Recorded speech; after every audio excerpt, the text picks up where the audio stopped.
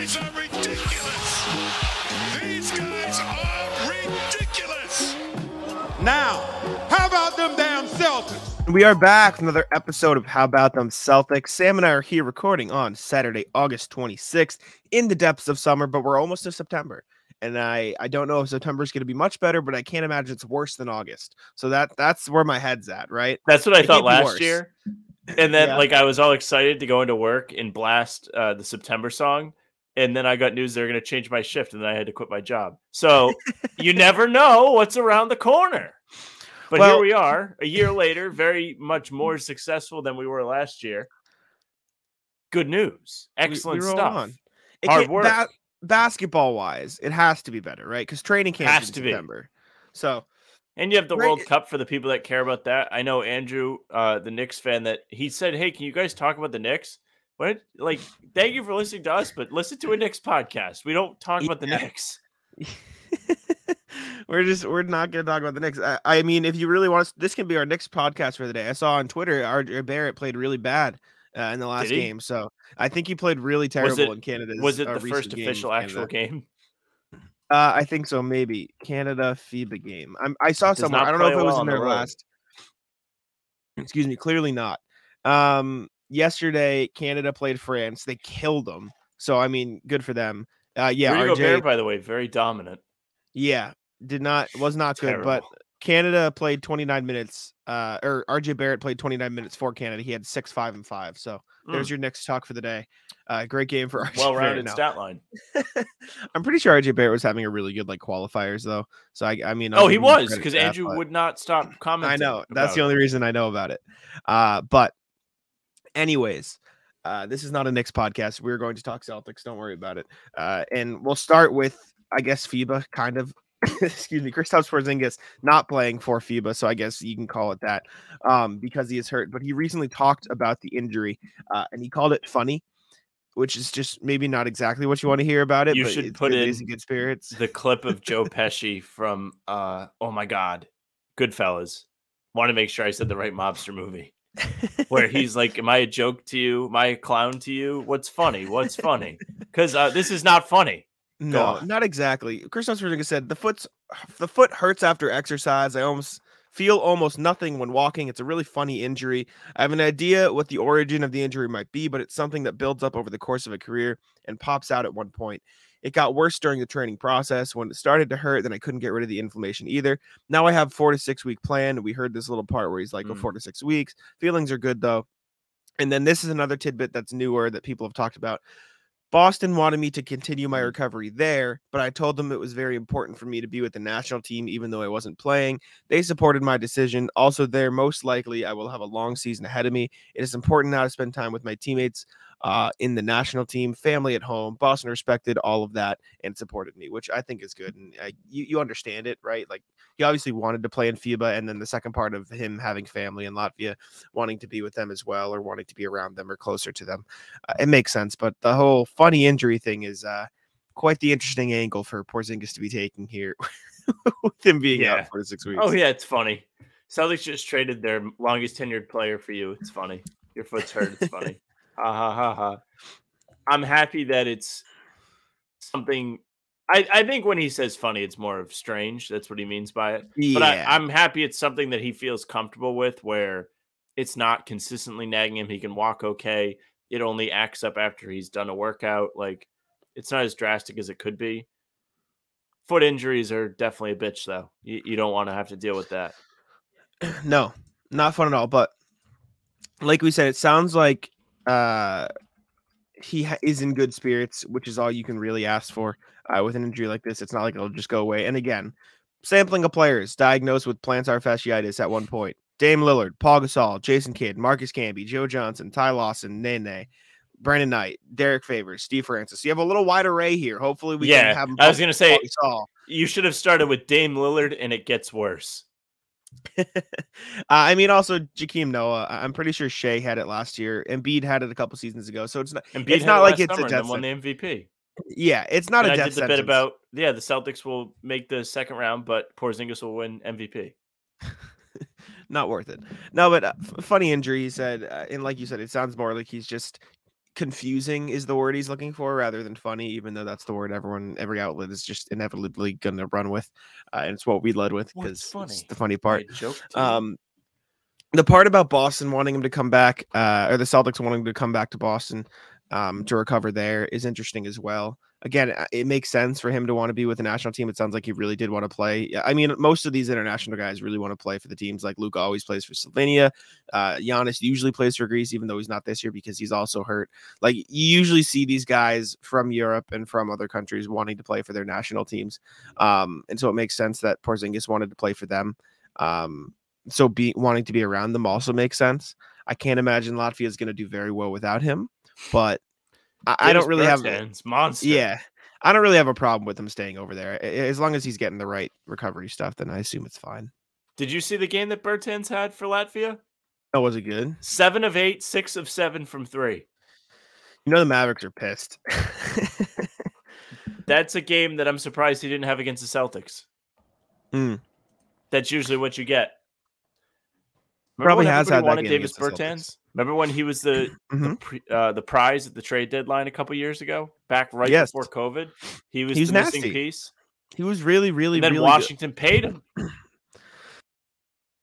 Yeah, no, he was really good in Washington. He had a really good season, so it makes sense. Latvia is not doing too hot in FIBA from what I'm seeing. I'm trying to look for their latest games. Their last game. Oh, actually, they did kill. They killed Lebanon yesterday. Who's the best player in Lebanon? Well, probably nobody great. I don't know any of these names. Lebanon James. Yeah. I don't know none of these games. Bertans only played 15 minutes, put it that way. So he didn't really have to do much. Was that the monster game? Yeah, 20 points. Damn, 7 he just of 8 popped off 6, in 7. 15 minutes. Yeah, he played shooting guard for him, in case you're wondering. Killed him. Porzingis. Yeah, Porzingis didn't even have to play much. I'm sorry. Sam's wrong, and he baited me. Darius Bertans had that stat line, so not Davis. Are they twins? Maybe Davis came off the bench and shot 3 of 8 and 3 of 7, had 10 points. Darius Bertans. Yeah, no, I don't. He's only last roster spot. Here he comes. Darius Bertans' brother. You have to assume, right? Yeah, they're brothers. He's 3 years older than his brother Davis. Other notable names on this team, Kristaps Porzingis. He's the guy that I thought was playing for the Warriors the other day. He's been in the NBA. I'm just looking at guys who have been in the NBA. That Rodions Kuruc, he played for the Nets and the Bucks. They have a couple former NBA players, and you can laugh at the fact that they were fringe NBA players, but when you're competing against Lebanon, who has literally nothing close, it matters, right? Like that's a pretty big difference. Latvia is set to go up against France and then Canada in their next 2 games, though. So we'll see. Get ready to get steamrolled, Latvia. So maybe not probably the best non-United States teams in the tournament.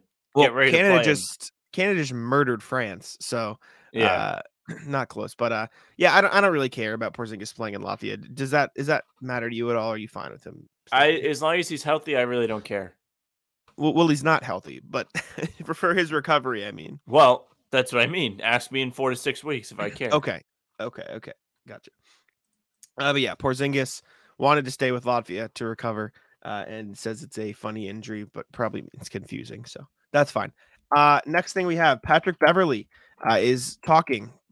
Shocker. I don't know if this was something that came up randomly. I think he was asked this. I think he was asked by like a fan, like in one of those TikTok interviews where they hold up the phone and ask him a question. So I'm not going to completely put this on Pat Bev. Like he wasn't just randomly spewing hate at the Celtics. This was somebody asking him and him giving his opinion, which is whatever. But basically was asked, can Jayson Tatum and Jaylen Brown win a championship together? And he said, no, they're too much of the same player. They don't complement each other enough. Which is just like everything I saw on Twitter was like, so you're saying they couldn't have won 2 more games together 2 years ago? Like, it's just. We had these conversations. Oh, I just banged the fuck out of like my foot. Tough. We had these conversations like 2 to 3 years ago, right at the deadline. We're like, okay, this isn't really working. This was the season where they lost to the Nets, and then the next year where they were bad at the trade deadline and then had this miraculous turnaround. Like these conversations ran rampant. After a trip to the finals and then a great season this year that ended, unfortunately, obviously it sucked. I feel like these conversations shouldn't have to happen anymore. Like this is the breakup, the stupid. Tatum and Brown group is back, all the way back. They're pumped. Mm-hmm. They've reemerged.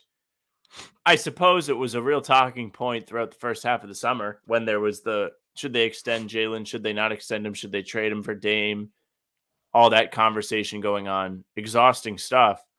But when you go crashing out of the playoffs like they did, where it felt like they were going to get swept, then they built everyone up, and then they just laid an egg in Game 7, I guess it's somewhat natural. But it is funny that the Jays can't win together thing is coming from Pat Bev, whose team, not that he was on it, just got the piss beat out of them in a Game 7 by the Celtics, where both those guys played pretty well. So, yeah, I don't know. Philly's never beaten the Jays. So maybe they should break up Philly's core first. Right? Yeah, that's the question. And I've heard the Jays compliment each other very much. They probably say very nice things to each other. Mm-hmm. I don't know. It's just a weird discourse. Like the Jays were working out together recently, right? We saw those videos. Like, should just any team that has won a championship, should they break up their core? Like, it's just a very weird thing about the Celtics. Well, the thing is, because Miami should blow it up, right? Jimmy Butler and Bam Adebayo can't win. Philly should actually blow it up. Philly can't win together. Memphis can't win together. Just blow them all up. The only reason you hear these conversations about the Celtics is because they are young and because they've had so much success, right? Well, Memphis hasn't they've been close, and they haven't been able to get over the hump. They hadn't been able to get over the Eastern Conference Finals hump. And then they did that, and they made the finals. And then they didn't go back to the finals this year, which all of us in like the haters' defense kind of crowned them Eastern Conference champions when the Brogdon trade happened. Whether it was you, I certainly thought they should go to the finals. You know, they're favorites. Yeah, I think it's different than crowned. They were favored, like on me. Definitely said it. And I still think they should have been able to get past Miami. They just should have, and they didn't. So when a season ends in a disappointing fashion, which even though they made the finals 2 years ago, it happened then too. So this is 2 seasons in a row where it was kind of disappointing. The getting over the hump in 2022 took the sting off of that one. But now it's like, wow, they couldn't get past Miami again. I thought this was over with. I thought they were fine. Since the Heat have made it to the finals in extra time and still not won, then Jimmy Butler and Bam Adebayo should really break up, right? Yeah, it's just dumb. It's just so stupid. Sure should. It's just the stupidest conversation in the world. And we had it 2 years ago when the hump was, okay, they can't like win in the playoffs. They can't even get to the finals, which was always ridiculous, by the way. I never backed off of that. It frustrates me. Like, break up Kawhi and Paul George, right? I don't care if they're hurt. They've been together for long enough, right? Some of these are valid, yes. Like even Miami, like we can poke fun at it because they had a great playoff run. But let's see, what's it? August? We'll say you don't break about up the 4.5 months ago, or we'll say 6 for the trade deadline. People wanted them to make major moves and like rebuild. Mm-hmm. Because they were not playing well. They were inconsistent throughout the regular season, almost like Golden State was, because they dealt with so many injuries. That team really struggled. They were in the play-in for a reason. Yeah. And it's just, obviously it's championship or bust, and it's pretty much the same way in Miami. Like it's not the same level as Boston, but I doubt many Heat fans were like, oh yeah, it's okay, we tried, right? Like they care about championships too. They were very happy to have beaten the Celtics, if you must know. That's fine. That's what the Reddit community said. But until you get to the finals, and I just don't like, you could have a team together for 5 years, have them never even sniff the conference finals, and people are just like, no, it's like not talk about it. But since the Celtics and the Heat have gotten close, break them up. It like that's the part that doesn't make sense to me, and that's the part that I think is stupid, right? Like, well, Miami's is more valid because those guys are older. You have to start planning a little bit for the decline. Jimmy Butler makes a ton of money. They paid Lowry. Bam and Hero are both eating up a good amount of cap too. Like they are kind of tied up with their money, and they've probably already peaked. The difference between them and the Celtics is the Celtics, you can make the argument, okay, Tatum and Brown are 75 to 85% of what they're going to be. They're supposed to still get better. You can't really say that for Miami. Maybe Bam you can, but Jimmy Butler is probably not going to get better.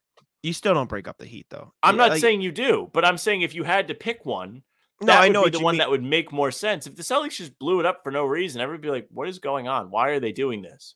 Mm-hmm. Miami had they not made that run, it's very realistic that that team could look very much different this summer. Yeah, I don't know. It's just stupid. All these conversations of should the Celtics break up is dumb, and the only reason we're talking about it is because it's August 26th. It's terrible. So we can College football's back today. Can't wait. We can be done. All right. Next thing, Sam, did you put worst mock trade I've ever seen? This is something you put on here, right? Worst mock trade I've ever seen. I sent this to Jack yesterday because yes. This might have been the funniest article I've ever put together. So for Hardwood Houdini yesterday, I was poking around and I found a mock trade written by, let me go find it. If I could actually get to the website, that would be so much fun. It was by Sports Illustrated, but I don't remember who wrote it. So let's find it. Go ahead. Why didn't you have this up before? Because I didn't know if we were going to go to it next. It's my own thing. Eric J. Santos, Sports Illustrated, wrote up a trade.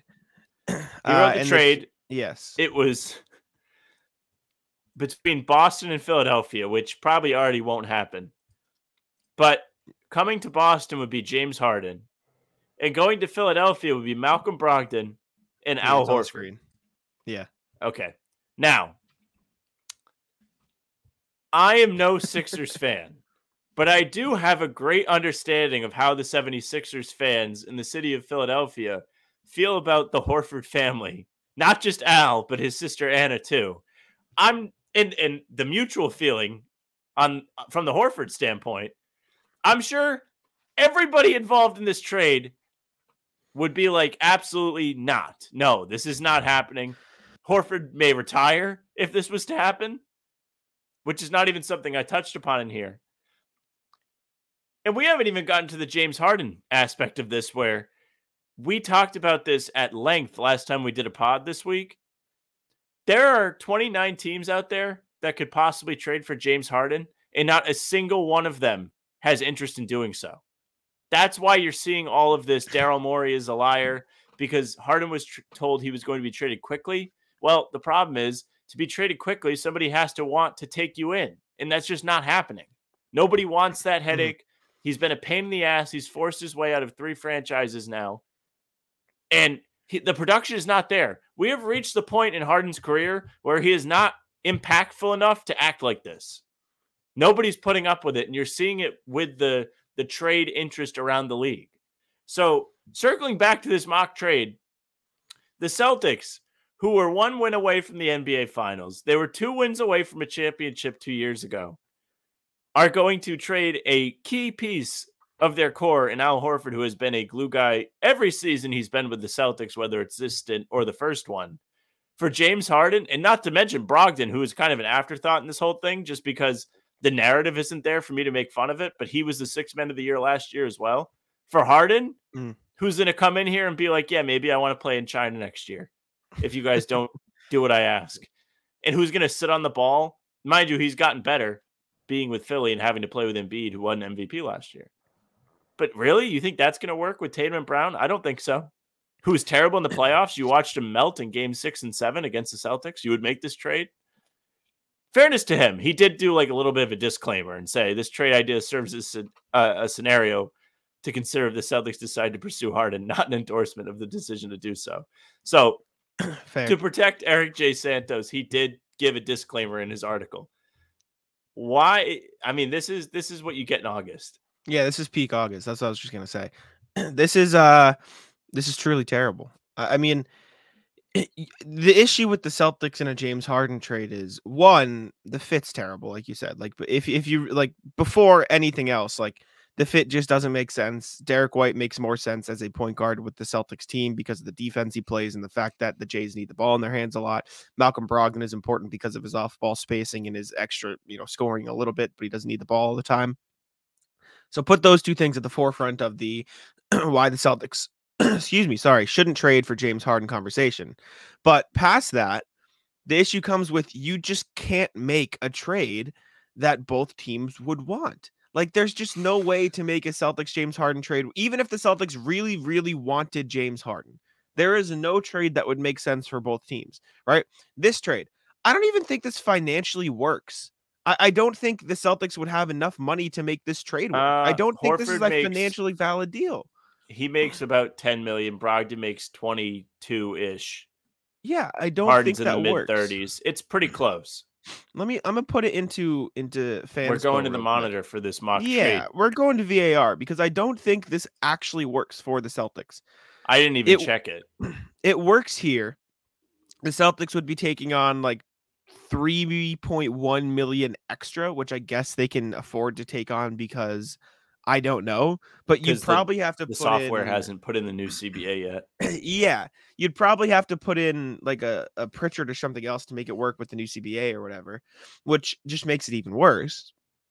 And from the flip side, like Sam said, the Sixers don't want Al Horford. And if they don't want Al Horford, they already tried that. Exactly. So he wouldn't be in this trade. So it would have to be Rob in the trade. And at that point, Rob and Brogdon for Harden, like, one, the Celtics won't do that because that's 2 impact players for a guy who doesn't fit with their team. And 2, the Sixers wouldn't do that because that's terrible value for James Harden, right? And as much as you dislike James Harden and his fit, he's a better player than Brogdon. He's a better player than Rob, like minus all the like off-court shenanigans, right? But like purely basketball, he's clearly better than both of them. And purely basketball, if the Sixers didn't have a history with Horford, like ignoring everything else in the fit, the pure value of James Harden for these 2 players is a good trade. But that's not where the issue is. The issue is Sixers don't want Al Horford. The Celtics don't want James Harden. And so it's just a moot point because there's no trade that you could do for James Harden and the Celtics. It's just impossible. There's no trade you could find unless you wanted to do. No, I can't even think of it. There's nothing. There's just nothing you can do that would make sense. Even if you put Robin, it doesn't make sense because they already have Embiid. Unless they're like full, like blow it up and be gone too. Yeah, this is for either side. This isn't for the Celtics. This is like neither side could find a deal they would want. Just doesn't work. Not at all. That's the problem with Harden and why they can't trade him is because he makes too much money for teams to want to give up what it's going to take to get him there financially. Plus, Philly has a expectation of good value that they're going to get back, and it's just not there. So this is not going to happen. The only teams that I could see coming out of the woodwork and trading for James Harden, I think the Heat could maybe do it because there is a way for them to get both Lillard and Harden, or if they just got sick of the Trailblazers and everything, which this isn't saying like the Trailblazers are wrong, just like sick of having to negotiate, just pivot and probably give up a little bit less for James Harden, 1 year of that, and then figure out with Dame in the future. So I think that's the thing. Obviously, the Clippers are there, and I think they could probably figure something out. And then I think the Pelicans or the Timberwolves are the only other teams I could see saying, okay, let's take on 1 year just to shake something up and see if we can get a little bit competitive. But I think the Pelicans make the most sense. I just think they have the most to gain from it. I agree. But the Celtics should not trade for James Harden. Sorry, Eric J. Santos. We appreciate your tidbit of off-season content, but yeah, good try. Maybe not though. All right, next Celtics thing we have on the sheet. You didn't even get to see the final trade grade. Oh, did Sam actually grade the trade? I did. Yeah, it's just an F. Where is he? Where's the grade even? Go up. Did he edit it out? No, he didn't. C for get ready to learn Chinese, buddy. It's generous, even with the meme. All right, next thing we got is the best and worst trades of the Brad Stevens tenure. So Harris Rubenstein wrote an article for Celtics blog where he took a look at the best trades Brad Stevens has made, or I think all of the trades Brad Stevens has made throughout his time as the GM of the Celtics. Excuse me. He has 1, 2, 3, 4, 5 trades on here, and he grades them all. I think we should go through those, look at his grades for those, and then also take a look at some of the other moves Brad Stevens has made and discuss, have there been bad moves throughout the Brad Stevens tenure? Because I don't necessarily think there have been a ton of this move was objectively bad. Do you know what I'm saying? Like there's a couple where you can question, was it worth it? But I don't know how many bad moves Brad Stevens has made through his tenure as GM. So let's go through. When the trades come up, we can compare them, to Harris's grades. And then we will just look at the move. So the first move, obviously, that Brad Stevens made in his tenure was literally like 2 weeks after he was hired. Traded Kemba, 2021 first round pick, and a 2025 second to the Thunder for Moses Brown, Al Horford, and a 2023 second-round pick. I mean, yeah, good trade. Good trade. The only question, yeah, the only thing people were questioning were they traded like the 16th overall pick in the draft. Don't care. It's fine. Al Horford. It was Şengün. It was Şengün. He's pretty good, but cooked. No, it's fine. Chalk it up. Terrible. Good trade. Harris Rubenstein graded it an A+ for the Celtics, and I agree. Good trade, Brad. Great way to start off the tenure. All right. I agree. Next thing Brad Stevens did, I'm just going through all the moves. He traded Moses Brown to the Mavericks and got Josh Richardson in a sign-and trade. Fire trade. Right? Fire trade. Great. Maybe good one of the greatest trades ever. Mm-hmm. Maybe not that far. Good trade. Took him into the TPE. Good move for Brad Stevens. This was not in Harris's article, but it was something he did. And another one. Yes, did also extend him. Another one in this, not in the article, I should say. 3-team trade. Celtics traded Tristan Thompson to the Kings.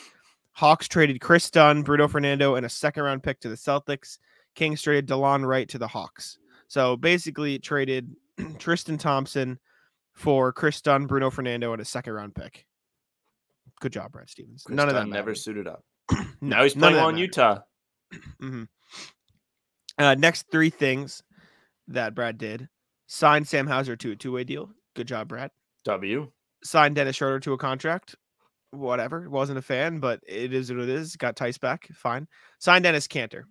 L. Oh, no.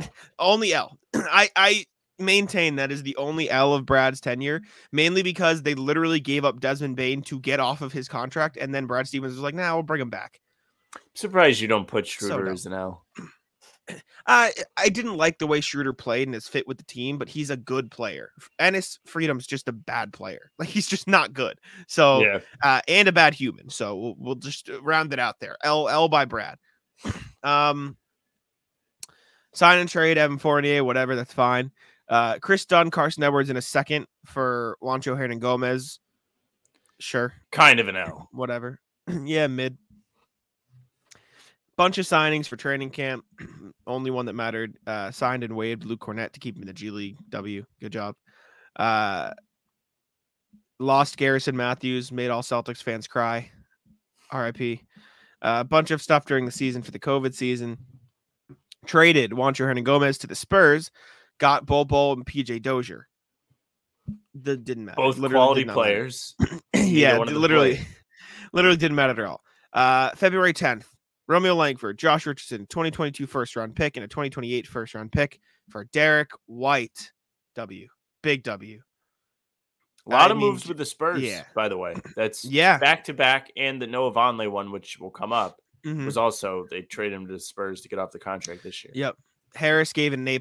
I agree. Good trade. You were upset at the time. You were upset with the trade. Yeah, Richardson still fire. Mm-hmm. Now still on the good. Heat, but quality Celtic. Always liked him. Mm-hmm. Good trade. Bruno Fernando, Ennis Freedom, Dennis Schroeder to the Houston Rockets for Daniel Tice. W. Good trade, Brad. And then Bol, PJ Dozier, and a second-round pick for a 2023 second-round pick. That just didn't convey. They literally just dumped. Didn't. Yeah, whatever. Terrible. Fine. Converted Hauser to a regular contract. Signed Luke Cornett. Both good. Fine. None of this matters. Random moves. Nothing. Drafted JD Davison. Sure. Maybe fine. an L. Compared Considering the spot. Compared to what else was around him, I don't want to call it an L. It was 2022 draft, right? Let me look at what else was available around JD Davison, because he was a late second-round pick. Yes. Yeah, the 5 players after him: Yannick Nzosa, Gui Santos, Luke Travers, Jabari Walker, Hugo Benson. So take it with a grain of salt. Probably fine. Let's see. Next move Brad Stevens made. We're not going to spend too long on these. We're just going to go. Malik Fitz, Juwan Morgan, Aaron Nesmith, Nick Stauskas, Daniel Tice, and a 2023 first for Malcolm Brogdon. Good trade. Good trade, Brad. That's about it. Free trade. Free. Agreed. Finally. They finally got one. After years of me complaining, they finally got a free trade last summer. Good job, Brad. Signed Gallinari. Tough. Unfortunate. Yeah, not his fault. Fine, Void. But he gets a pass there. Signed a bunch of training camp guys. Signed Blake Griffin. W. Good job. Let's see what else. Traded Vonleh to the Spurs for a protected future second and nothing. Just dumped him. Fine, whatever. Traded Justin Jackson in a 2023 second and a 2029 second for Mike Muscala. Fine. Didn't matter really. Second round picks. What are they going to do? Yeah, now they're gone. That's fine. That's why you have second round picks to make little trades like that. And then obviously, Harris did grade the Mike Muscala trade. He graded it a C. Fine. Doesn't matter. And he graded the Brogdon trade a B/B+. Fine. And then the last one, which Harris graded an incomplete. Gallinari, Muscala, and a pick to the Wizards for Marcus Smart. Got Kristaps Porzingis back. Marcus Smart going out to the Grizzlies. Porzingis obviously back to the Celtics, as well as a couple firsts that turned into Jordan Walsh and then a 2024 Warriors first. He rated it incomplete, and I mean that's really all you can grade it. It's incomplete until the Celtics find out how they do with Porzingis. I hope it. They better win. Hope it works. They better hope win. It works. And I think that's it. And then you have the flurry of 1, 2, 3, 4 plus moves Brad Stevens made on draft night that no one cares about. That pissed Sam off. Well, you got Jordan Walsh. Yeah. So fine. We somewhat care, even though I forget he's on the team twice a week. No, good moves by Brad. Overall, like I said, not really any L's for Brad Stevens. Most of them were fine trades. Didn't really make any bad moves. So good for Brad Stevens. He's had a good tenure so far. A lot of GMs cannot stay the same. All right. Next thing we have more player rankings. I know Sam loves player rankings, but in this one, the Celtics do pretty well because Jayson Tatum was ranked the #1 small forward in the NBA by HoopsHype. Thoughts, Sam? #1. He might be the best small forward in the league for 5 of the 7 regular season months. He's always due for a couple months where he just doesn't look like he belongs in the NBA. But he's had a really, really great couple of years. The Celtics have had really great success despite not getting disappointing over the finishes to the season. Sure, I guess. It's weird seeing him above other names, though. Yeah, for reference, Jayson Tatum 1, Kevin Durant 2, Jimmy Butler 3, Kawhi Leonard 4, LeBron James 5. Definitely That's weird awesome. to see him above those names, but I think it makes sense. I mean, he is what's crazy to me is there's no other like in a couple years when those 4 players inevitably retire, the gap between Tatum and the second best small forward is going to be massive, right? It's true. Because like there are other guys coming though. The next best small forward under 30, like Paul George is 6. It's Brandon Ingram at 7. And as much as Pelicans fans would love to debate Brandon Ingram versus Jayson Tatum, sorry. It's really back in the day. Yeah, it's really not there. Like Ingram's great at 7. Then you get Mikal Bridges at 8. He's probably the one who'll probably get closest in my opinion. DeRozan at 9 and Chris Middleton at 10. Fine. Jayson Tatum at 1 makes too much sense though. He has been more successful than over the past 2 years. He's been more successful than 2 other NBA franchises, maybe 3 if you want to throw the Heat in there for getting to the finals. But they've gotten to the finals the same amount of times in the past 2 seasons. They've split it.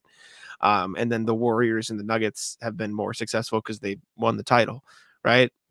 But Jayson Tatum has played the most games over the past X amount of seasons. He's won more playoff games than probably a lot of guys on this list.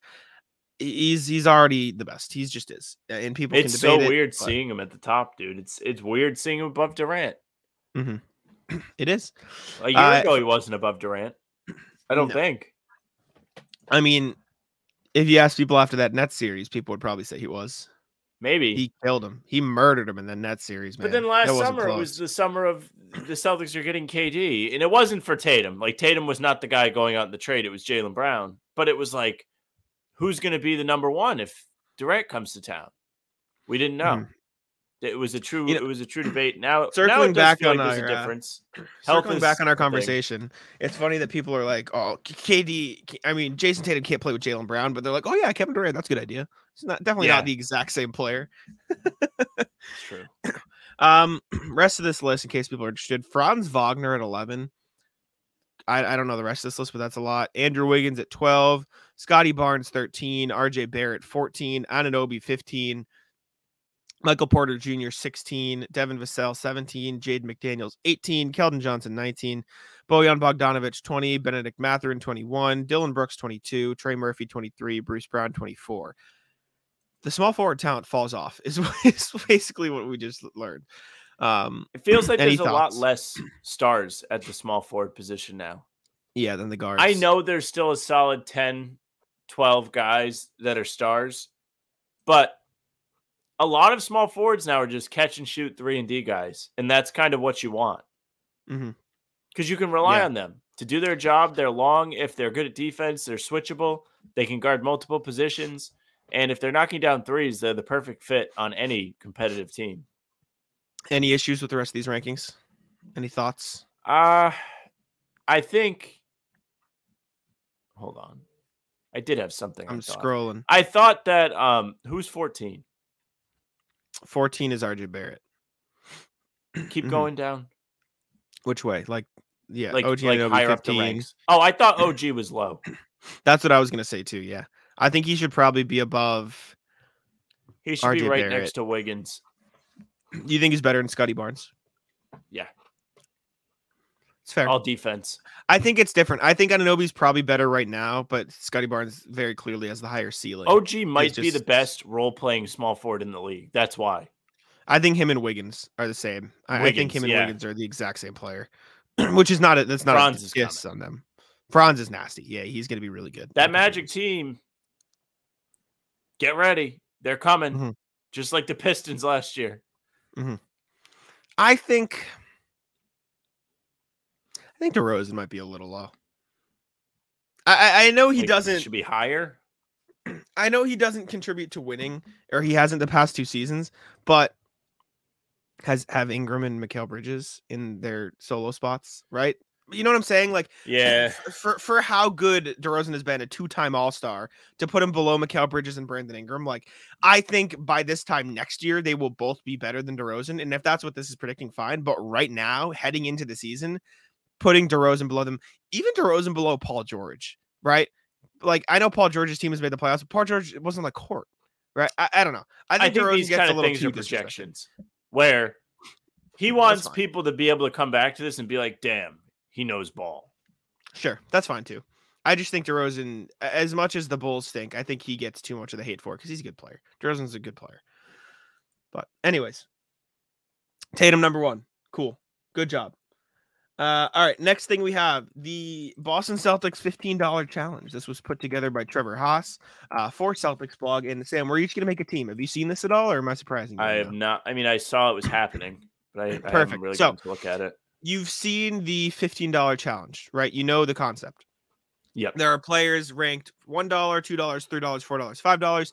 Trevor Haas made a tier list for Celtics blog of all Celtics players, and we're going to build our team. I think he built his own team as well, but these are the $1. The 5s are $5, obviously 4s are $4, and so on and so on. These are the rankings. I put them on the screen here, so watch on YouTube. So we can take a look here. And I mean, I immediately see the best value $1 in the world, so I'm probably going to go with that. Do you want to do this together, or do you want to do separate and compare?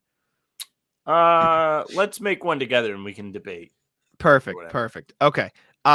Rondo for $1 is, I mean, come on, $1 for Rondo? Yeah, he's arguably the best like point guard skill wise in the history of the franchise, which is really weird to say because there are other greats that have played. Obviously, Bob Cousy, DJ being there, even now, Tiny Archibald, JoJo White. All of those players are excellent players.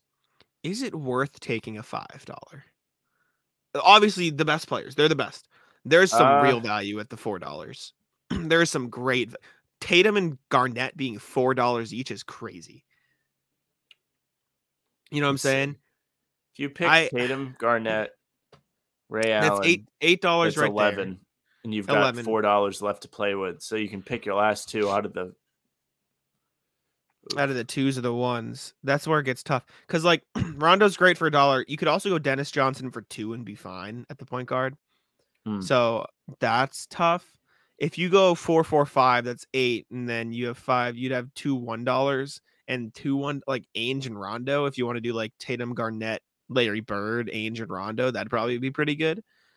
that might be the best lineup, but then you have a weak spot with Danny Ainge, who's a fine player, but it's just like not exactly what you want in an all-time Celtics lineup. You could go. What if you did something like Rondo at the 1, Dennis Johnson at the 2, and then you could no Jaylen Brown at the 2 instead? You're better off putting Jaylen Brown at the 2. Yeah, you're right. Or Reggie Lewis. I missed them right there. So Jaylen Brown would be great. You could go Rondo, JB, Tatum, Garnett, Parrish, right? That'd be 15. Yeah, you could. That's pretty good. Yeah. That might be the best you get. That might be the best you get. You got a lot of size. You got a lot of decent shot creation in Tatum and Brown. Garnett, one of the all-time greats at the forward spot, too. And the first couple of years before he hurts his knee, Defensive Player of the Year in 2008. There's too much value, I think. Well, let's see. I want to see what Trevor went with. Give me a Larry Bird to start. Yeah, sure. Is he going, you have to pick one from each tier? I hope not, because we cheated then. He said Rondo, Brown, Bird, Heinsohn, Garnett. Okay. That's one from each tier. Okay, so let's do one from each tier then in that case. Okay, so it has to be Rondo, and I think Rondo Jaylen is the easy 1-2 for the lower tiers, right? Because I think you have to start bottom up. Sam Jones might be a good sneaky pick there. But you're going small at that point. You go Maxwell? Get a little size. Maybe. You could play Jaylen at the 3, Ray Allen at the 2. Jaylen Brown's 6'7", right? He plays the 3 in real life. You could do that too. So you're gonna, but regardless, you're gonna the 1, 2, 3 is gonna be your 1, 2, 3. So you need two big guys. So would it be? I think you go Tatum over Garnett. Here's why. Tatum's just more versatile. He can shoot way better. He can space the floor. If you have somebody like Rondo creating shots, I think you either guys to be able to knock them down. I think you either go Tatum, Bill Russell, or Garnett, Larry Bird. Maybe you go Garnett, Larry Bird. It's tough because Garnett is a bit small for the center spot. Yeah, a little bit. Not in today's game, though. If you're playing them right now, you'd be fine. I suppose. Either one of those is fine. I like our lineup with the Tatum, Garnett, Parrish, Rondo, JB, but to each their own.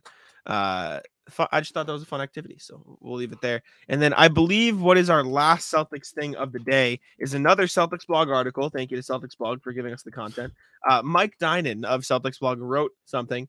Where do the current era Celtics rank among all Celtics eras? So basically he went through, he looked at every single Celtics era, ranked the top 10 in Celtics history, and he put the current era Celtics at 5th place all time. The 2013 to 2023 era Celtics, and we'll break it down. How does he define an era? Is it decade? No, he didn't do by decade. He just did by like team concept. I'll pull it up here. So I'll put it on the screen. Okay. The worst stretch was 92 to 2001. Yeah. I mean, that makes sense. That era of Celtics wasn't exactly great. 9th place was 76 to 79. It's a smaller era, but it's defined by certain things happening around it, obviously. 8th place was 69 to 71, another short one. Both retired. Bill Russell and Sam Jones retired. 2001 to 2007, the Pierce Antoine Walker era, not great. Obviously not great. Is this Joe Johnson or am I crazy? That's Eric Williams. Eric Williams. I saw 55 because that's what he wore most recently. 6th place, 46 to 56. Didn't make the playoffs. Not great. And then he put the current Celtics in 5th place, 2013 to 2023. They've been successful overall, but can't move up the ranks until they ride the duck boats. True phrase. 4th place was the 2008 title team. They got 1. 2007 to 2013. Yeah, fair. Agree. 3rd place, 71 to 76. Bouncing back from the Russell era. Red hired Heinsohn. Yeah, fine. 2 trips to the finals, both successful. 2nd place was the Larry Bird era, 79 to 92. Yep. And then number 1, obviously, is 13 seasons, 12 finals. They won literally every time. Yeah. So I think these rankings make sense. I think 1 title for the 2013-2023 puts them above the 2008, in my opinion. I don't know what you think, but probably because they've had more sustained success. They made more conference finals. The They just need to Big get over Three the made hump. 3 of them. Yeah. If you count the finals run 2. This team has made 5. Mhm. Can you scroll back up? I think we glossed through this too quick, actually. I know we've kind of gone. But this is such an interesting piece because there's so much here throughout history. That Dark Ages from 92 to 2001, disastrous time, all of the things that had to happen for this to go as poorly, whether it was Bird's bad back and he retired early, the Reggie Lewis tragedy, Len Bias not being there after being drafted in 86, never got to play with them. Even the arena comes down and they build the TD Garden. Like, that's crazy. All of this stuff to happen within, like, quick stretches. And then they bring in Patino, who turns out to be the biggest rat. I mean, that is a crazy era to have to go through as a fan. Thank God we were not really here yet. Yeah, no, this was us being born. we were born in it. I mean, we did the trivia thing this week, and you know me, like, I'm into all this stuff. Yeah, this is an era I'm just so curious about because there's not a lot on it because it was so bad. People just want to forget it, and I'm glad that I don't know anything about it. But it is just everything that could have went wrong. This is they Sam missed out on Tim Duncan, like. Wow, what a catastrophe. This is Sam Flex's he's not a Hornets fan for 5 minutes. Yeah. What a mess. No, good piece by Mike Dinan. Go check it out in full. The end of it. There was so much work that he put into that top slide. I wanted to get into it. Yeah. Good job, Mike. Speaking of the Hornets, on Celtics blog. Turn it blue. Hit me, lead it off. PJ Washington back. Yes. 3 years, $48 million per Woj, and Jack puts on the show sheet, Hornets still ass, ? Yeah, probably not very good. No, good. I mean, it's good that the Hornets got him back. You can't lose PJ Washington for nothing. That'd be a disaster. Worth more than Grant. Yes. Yeah. It's different. PJ Washington's a better, like, top 3 player. Grant Williams is a better role player. Does that make sense? Like, Grant Williams is better for a win now team. PJ Washington is better for a rebuilding team, and that's where they both landed, so they both got paid accordingly. No, I see. I'm just curious, who's better? Who would you rather have? I guess it's subjective. Well, yeah, that's what I said. It depends. That's what I just said. I think Grant's a better player. That's why.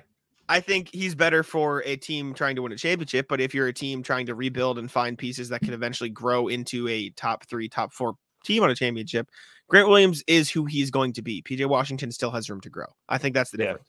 Okay, fair. Which is fine. But yeah, good for PJ Washington. Pretty good value for PJ Washington. What is that? What's 48 divided by 3? I don't want to do math off the top of my head. 16 mil. That's honestly probably lower than I thought he'd get. He wanted 20 mil. I assume it'd probably land somewhere between like 18 a year. So 16 seems pretty good for him. Yeah, good value for the Hornets. You couldn't afford him accepting the qualifying and then having him and Miles Bridges both be unrestricted free agents next summer. Is that a tradable that would have contract? been nice. 16 mil for PJ Washington? Absolutely. Yeah. He can shoot. He's an okay defender. He's bigger body. He's 6'8" power forward that can shoot the ball. Yeah. It's top trade destinations for PJ Washington. What do you think? Just off the top of your head. I don't think he gets traded. I do. But why? Because the Hornets, like you said, rebuilding team right now, he fits. But let's just say that LaMelo and Brandon Miller really click, which you'd have to imagine is the franchise's idea. He can't be part of the future. Or maybe he is. Maybe they try him out. At the because power forward? he can. What? At the power forward. They need a power forward. Okay, but if they want to compete, maybe he doesn't really fit there. I don't know. Okay. I think he fits, but if he does end up getting traded, I don't think it'd be right away. I think it'd be like a few years down the line at the end of this contract. If that's the case, maybe like, Indiana, maybe get him next to Tyrese Halliburton, paired him with Miles Turner.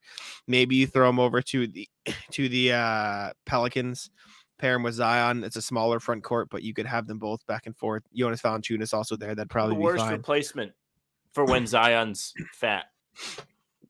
True. Put him out there, gives you a little bit more space on the floor. I think right? the Kings probably make some sense too. If you want to run a smaller lineup, I think Fox, Herter, Keegan Murray, PJ Washington, Sabonis. I think that'd be pretty good. But anyways, yeah, I think those are. I don't think right now is a trade, but I don't think that this is something they might have signed with that in mind. Maybe it's definitely a tradable contract. All right, next thing, peeking into Bucks territory, Giannis talks extension. Did an interview recently with the New York Times. I want to get the author. Tanya Ganguly of the New York Times talked to Giannis about an extension, and NBA Twitter is going crazy. Basically, Giannis said, next summer it would make more sense for both parties. Even then, I don't know. Giannis said about an extension. I would not be the best version of myself if I don't know that everybody is on the same page. Everybody's going for a championship. Everybody's going to sacrifice time away from the family like I do. And if I don't feel like that, I'm not signing. Which is a pretty level-headed way of Giannis saying, if I don't feel good about my chances in Milwaukee, I'll probably explore other options. But everyone outside of Milwaukee is just saying, he's leaving. I don't think he's leaving. I don't think he's going anywhere. I think this was Giannis, not like he was put in the Jaylen Brown situation. If he says, yes, I'm resigning and then doesn't, he's an asshole. But if he says, no, I'm not resigning, then he's definitely leaving. So he says, he basically said, I'm not signing if this happens, but I have to see if everybody's on the same page. He said exactly what he can say, and people are still going berserk because duh. I think there's maybe a little bit more to this than just that, but I ultimately think he's going to stay. I just think these foreign guys like to stay where they end up. I think Milwaukee has done a great deal to make him comfortable, including employing his bum brother Thanasis. And they've already won a championship there, so they've proved that they're willing to get a team together that's good enough to help him compete. Mind you, to get that championship, they did have to make moves and reshape the roster. It wasn't something that just kind of happened. They went out and they got Drew Holiday. They had brought in Brook Lopez to get even better. Like, they made moves to put that team together to make sure he was happy and they were able to compete. So they've done everything they can do correctly. I don't think he has any reason to be upset with them. Which leads me to, if he leaves, he might become the next great villain. The guy that everybody likes. Probably. Yeah. Turns his back because they haven't given him a reason to be upset. No, I will say, I think this next 2-3 year stretch in Milwaukee will just say a lot, because if they do stagnate from here, they do need to start moving things. Like, do they trade Middleton? Do they trade Drew Holiday? Do they trade Brook Lopez? Like, seriously shifting things around. Similarly to the Celtics moving Marcus Smart, which we don't know how it's going to pan out, but like, if you don't get over the hump for long enough, you got to make a significant move. Exactly. And you better win because of it, but we'll have to see how the the Bucks play out that situation. Next thing we have, checking in on the James Harden debacle. Tyrese Maxey has talked about it on his podcast, Maxey on the Mic, which I didn't know existed, but now I know it does. Everybody's got one. Talked about the James Harden situation. It's crazy to say this, but it's not our first rodeo, honestly. That's funny to say, but that's life. James is his own individual, and he's able to do whatever he pleases. I'm preparing right now to play with him or without him, and I love James. If James decided he's going to come back and play for us, there's nobody in this organization that would be upset about that. I will say this about the situation, to each his own. James, he's a professional. He's doing something for a reason. You just have to kind of sit back and understand what he's doing as a friend, but then as a teammate and someone part of the organization I'm with right now, you have to prepare for whether James is going to be there or not. It's just the nature of it. Yeah, it sucks. It sucks, basically. Somebody wrote that statement for him. I think a lot of this is just weird. It must be very strange to be a part of the team when somebody's doing this, because you really don't know how to react. He covers his bases in all ways. He's like, yeah, if he's not here, we'll be okay. We're preparing for that, but I have to support him, because if he does come back, you can't have like weird beef just hanging around. The thing is, and Maxey said this, like, they probably are friends. Like, you just spent a season together. They definitely don't hate each other. He just said, yeah, I love James. Like, personally, they just spent a season together, flying back and forth, having team dinners. Like, they are probably good friends, or good enough, like, friends, right? Like, it's not like this is a Shaq and Kobe situation where they hate each other, right? Like, they're probably close enough. He said as much, and if they weren't close friends, he just wouldn't have mentioned that tidbit. But like, maybe more teams should hate each other. I don't know. It's just, it feels like it's a weird situation, like you said, because obviously he wants James to be there and he wants to win, but he understands what James is doing from a personal perspective because they're friends. It's just weird. It's just makes one person on the planet. Well, no, it's just because the outsiders dislike it. But I mean, if you're the players and you're his teammates, you understand like the frustration. This is the argument I always bring up that you disagree with, and I don't want to get into it again. Yeah. It's cut. We've done it like a week straight. We don't need to do it again. Over it. Next thing, Anthony Edwards on Team USA. Have you seen this thing? Yes, and Anthony Edwards came out and said it was fake. Did he say it was fake, or did he just say, no, I like Steve Kerr? I think he said, I didn't say that. That's my dog. Because you do have that part. Okay, yeah, I wasn't sure. So there was this whole thing that came out, which I don't know if it was real because Anthony Edwards has come out and said it. No, I like Steve Kerr, where it was basically like Anthony Edwards was supposed to come off the bench. I do know that was the thing because in those initial like things that came out of, oh, this is who they're rolling. I don't think he was a part of the starting lineup, which was always weird. And again, don't know if these quotes were real, but it was basically like Steve Kerr said D Wade came off the bench for Kobe, and Anthony Edwards said, but we don't have a Kobe. And Edwards, like you said they don't. like no.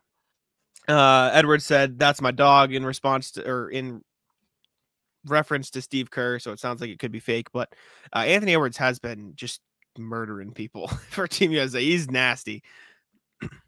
It might be fake, but I think what he was really getting at is more of this isn't the context it was set in. It was not set in a hostile type way. Yes. It was just I think I should be starting, like, in its facts, like, who would he be backing up in that situation? Who? Mikal Bridges. Yeah, I'm not like I'm not. Edwards probably the better player. I agree. I'm not disagreeing. I'm just saying, like, if you're actually asking me the question, that's probably the answer. Out of the players on this team, Jalen Brunson, Anthony Edwards, and I may be missing people because I cannot rip off the whole roster on the top of my head, are the only two guys that really have to be the guy on their team. The rest of them, well, I guess Mikal Bridges and Paolo. Those guys haven't been doing it as long, though. Jalen Brunson just had the one season. Anthony Edwards really has had like 1.5, 2 seasons of it with Cat being in and out of the lineup where he's had to take on the brunt of the responsibility. But Mikal Bridges just had a half season of it. Paolo's still like coming off his rookie year. Like, yes, he's had to do it, but he hasn't really gotten to do it as a successful. Halliburton. I mean, Edwards got to the playoffs. He's played the playoffs as a 1A. Yeah. Halliburton, maybe. You can maybe make the argument for good point. Ingram? Probably. No. Yeah, he has. Zion's not on the court. He's the best player. I mean, and Zion hasn't been on the court. No. Ingram is the best player. But it's not the same level, I agree, as Anthony Edwards. I would say it's a pretty similar situation, though. Cat's out, Edwards stepping up, and now he's going to be the best player. Regardless, I understand the point. Edwards, there's no way he should have been in the backup. He is a starter for that team. Next thing we have is a little video that's been going viral, and it's just a small conversation. Somebody calling Jimmy Butler the Paul Pierce of today's era, which I know definitely gets Heat fans really mad, but it actually makes a lot of sense. So I just wanted to watch the TikTok or listen to it, and if we don't have to watch the whole thing if we don't want to, but my point is a lot of people have been getting very mad at this on the internet, and so I wanted to take a look and just see the point. I think Jimmy Butler is the perfect comp for Paul Pierce. I wouldn't say he's the Jimmy Butler of this era. I'd say Jimmy Butler is the Paul Pierce of his era, right? Because Paul Pierce came first, and I think Paul Pierce is the better player, but he's another one of the guys who's kind of a super weird archetype and was never truly considered to be on the same level as the guys at the very top of the league, but in any one-game setting against those guys, he was capable of outplaying them. To me, Paul Pierce was kind of like a chubbier, less athletic version of Kobe Bryant. There were a lot of similarities in his footwork and his shot form and the types of shots that he used to take. He kind of attacked in a very similar style, which is a big part of what made him so dynamic in playoff situations. He spent the first half of his career playing on some limited Celtics teams and put up a lot of big numbers, had some big playoff series, but never really had the talent necessary to compete. And then KG and Ray Allen came, and he finally had an opportunity to demonstrate it on the biggest stage, and he immediately did. I thought Kevin Garnett was the best player on that particular team, but it was close, and Paul Pierce absolutely played like a superstar on the biggest stage and made a lot of the big plays en route to them winning a championship. Yeah. Good. All really valid points. Yeah. I think Jimmy Butler is a guy that people fear. Obviously, he got respect earlier in the show when we did the hoops hype list. Yeah. Of those top small forwards, he's third. In about 3 months, people are going to forget. And they'll be like, Jimmy Butler, he's not even trying. And then the playoffs are going to come, and he's going to murder their favorite team. I think it's a very fair comp. I think the success is there. The ability is there. I think the under the radarness is there. Very good comp. This was do we have a name for that for credit? Yes. Yeah, I was gonna say this was Jason Timpf. Jason Timpf of the Volume Sports. He knows ball. Yeah. And you see a lot of people in the comments saying Paul Pierce isn't close to Butler. Butler isn't close to Pierce. This is disrespectful. I think it's pretty respectful to both players. I think a lot of Celtics fans might get mad because they're like, Pierce is a champion. Jimmy Butler's been to 2 finals. And I know Pierce did go to finals too, but I don't want to say, I'm not going to sit here and act like Jimmy Butler is miles away from where Paul Pierce was a player. Jimmy Butler's a damn good player, and I think he deserves to be in that conversation. And if Jimmy Butler won either of those finals, they'd be on the exact same level. I hate to break it to you. So he's 2 games away from being on the exact same level. So it's impossible to do these rankings, all-time rankings. It always is, and people are always going to be mad. Sure is. It all comes down to a matter of, did they win 1 or 2 extra games when it mattered most, right? And that is what basketball is. But it's a good question. I really like this comp, and I was looking at their basketball reference pages, and Paul Pierce has more all-star games. Jimmy Butler actually has more all-NBA teams, which is odd.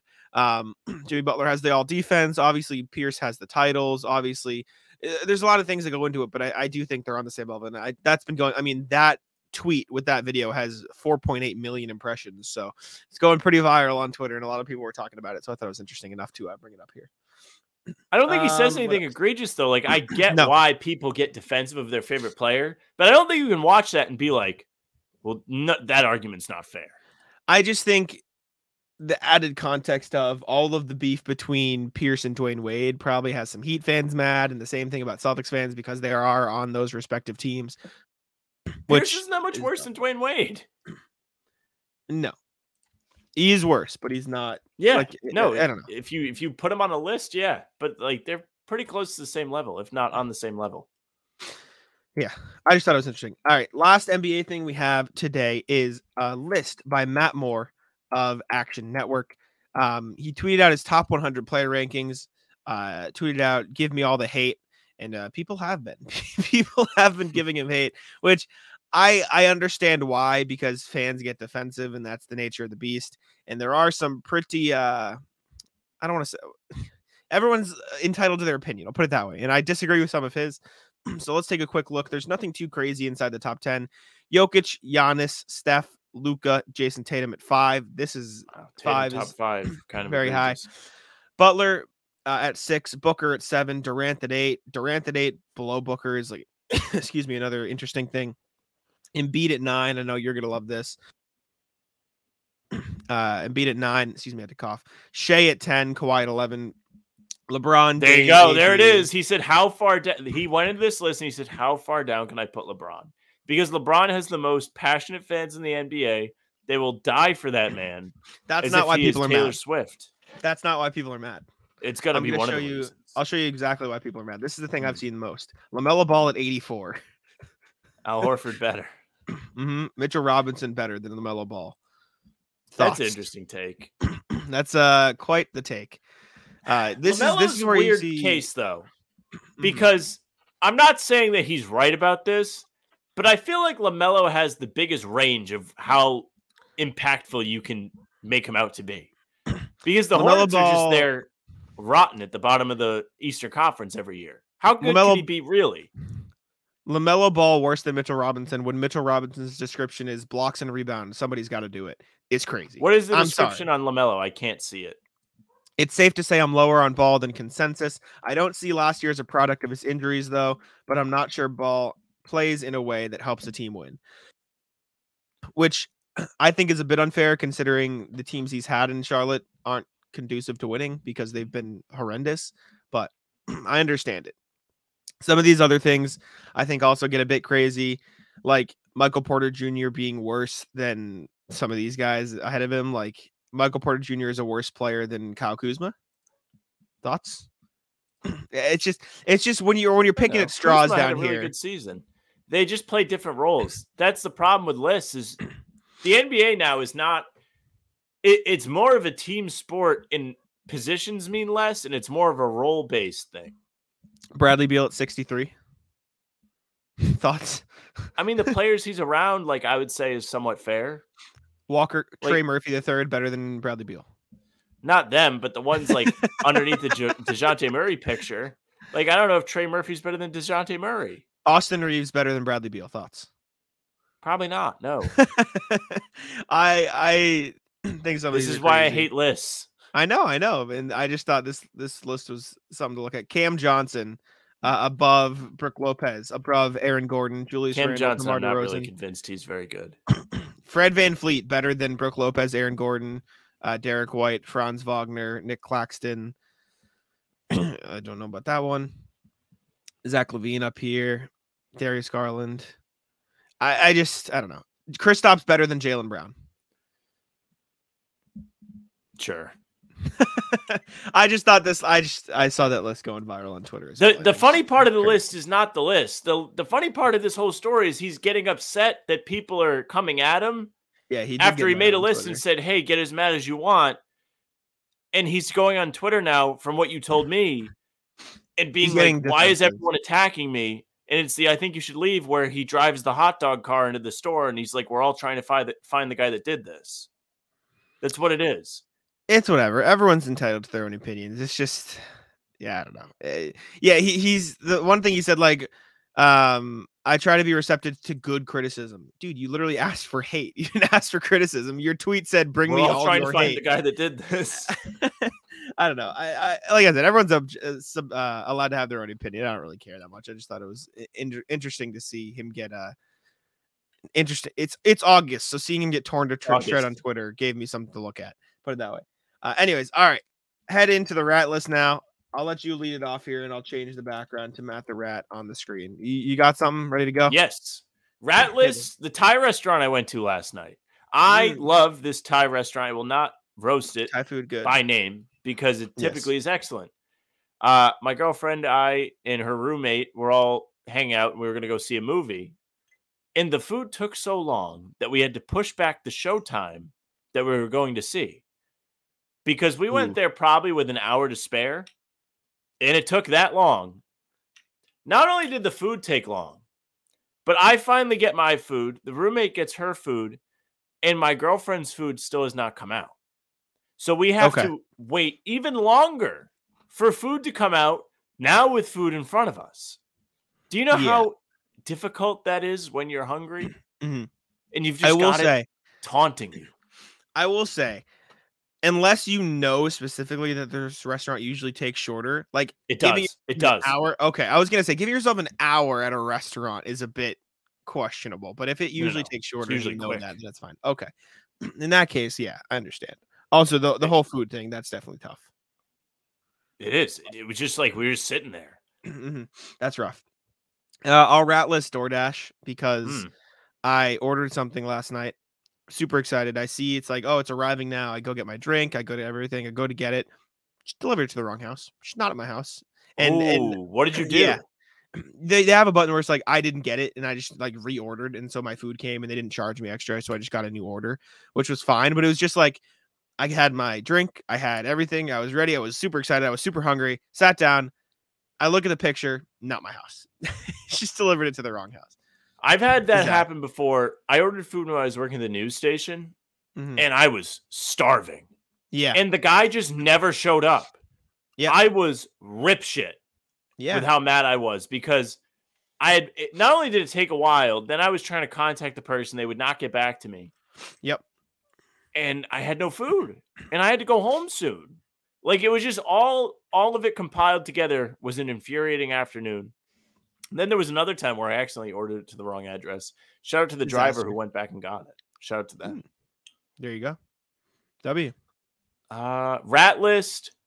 The people at the gym that take the machine right as I'm walking over to it. Yesterday I was at the gym, and I don't know what it is about the pectoral fly and I forget what the rear deltoid fly machine. Maybe that does 2 exercises that people just absolutely love it.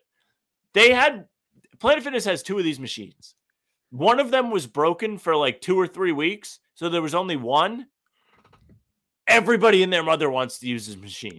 Yesterday, I like move it back in my like planned list of activities in the gym because somebody was on it. And it's the last thing. I pushed it all the way back and I'm walking over and someone sits down. And I'm like, I'm just going to leave. Yep. Happened to me last Saturday. I left the gym because I didn't want to wait for it. I was like, you know what? Not doing it today. Nice. Love to see it. Ooh, I just had one and I can't remember what it was. Oh, Ratless Dunkin' Donuts. A recurring theme. So I've been getting this avocado toast thing at Dunkin' just because I get in these like what'd you say? That we discussed last time. I was like, how do you eat that as a meal? I know. I was like, okay, I don't want a bagel anymore. I don't want this anymore. I'll try this. It was pretty good. I get it with bacon on it, which just makes it better. Like it's fine.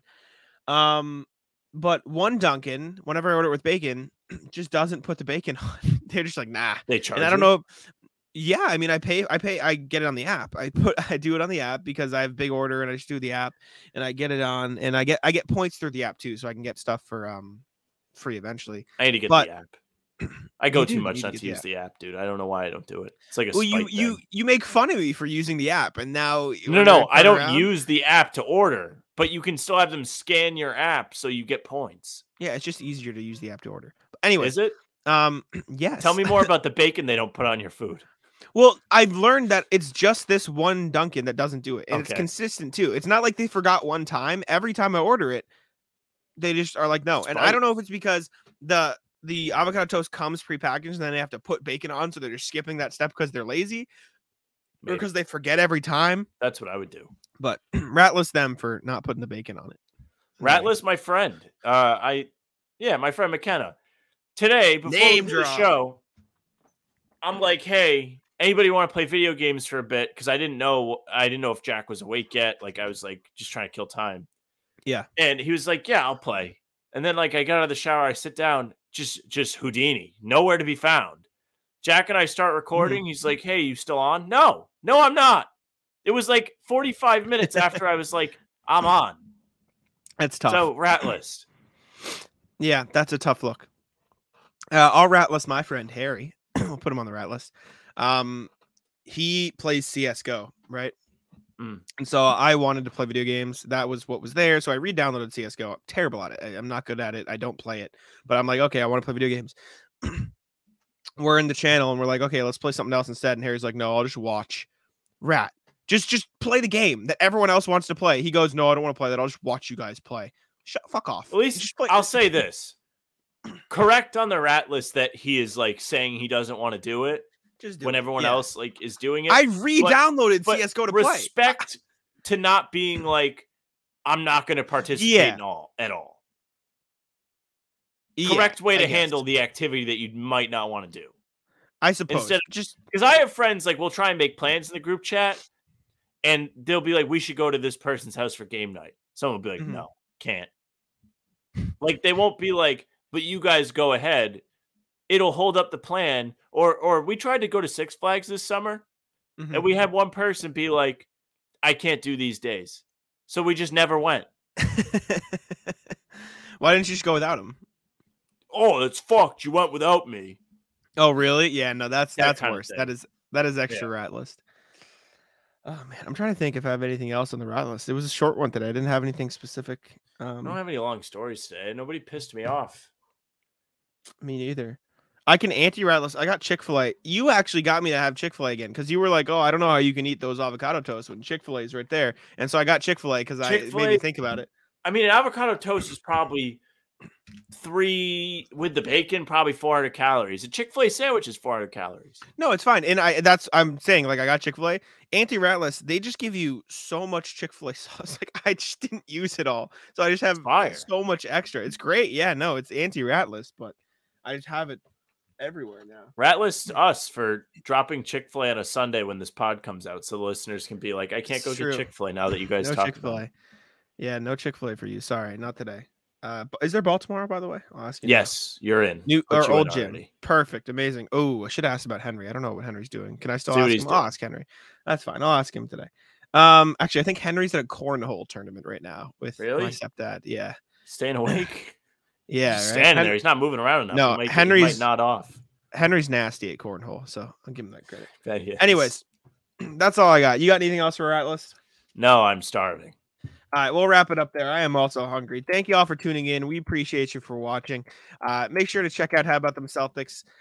Subscribe to the channel. Check us out on Spotify and Apple. Leave us 5 stars there. And if you're not going to leave us 5 stars, leave us a comment. We also forgot to mention Jaylen Brown played in the Big 3. That was some more Celtics news we didn't even talk about because I didn't even think about it. Did you know that? I did see that today. That's you think weird. he played in I think he played in the Big 3 All-Star game. I don't think like that he's for playing team. extra basketball, you know? He's going to be playing basketball anyways. It's not like it's not yeah. No. You play in the Big 3. Also, for the person who told me to stop swearing in the comments, eat shit. There you go.